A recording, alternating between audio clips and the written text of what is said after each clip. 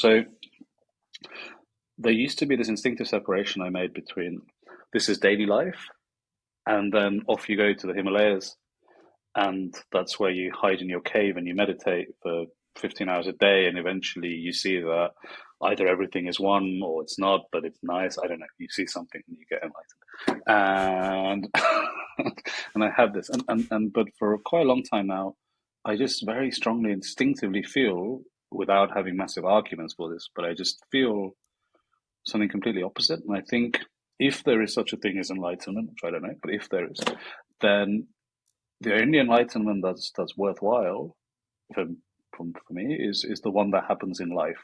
I don't want to be some marvelously serene, peaceful creature in a cave by myself. I think no, this is life. I'm here. I am surrounded by other lives and things and people, and I'm thrown into the mess of all of this. And this is where the turmoil happens. And for any kind of peace or love to be worthwhile, it has to happen here. It's not Yeah. the stuff that happens in the forest. And so, from that perspective, sometimes I find mm, life really valuable. So I find it really valuable. So, for example, the stuff about loving people, right? Like, yeah, let's love people. Yeah, let's. Fucking, when you're bringing a young kid up, it can be really hard to love your wife sometimes because you're both like completely. At least we are sometimes completely beyond our limits of what we can do and what we've taken on. But we still have to keep going. And then there's obviously a lot of friction because you think, oh, can you just do this?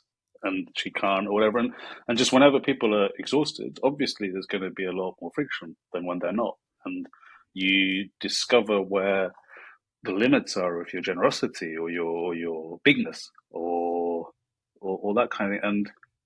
And so I now feel, if I put it in a slogan, the really worthwhile challenge is just can I love my wife through my life?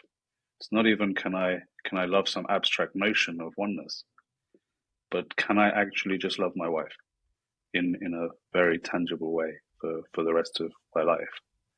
And I think if yeah, and that's how I would judge even other people's claims of spiritual development or evolution or yeah, what are you doing in life?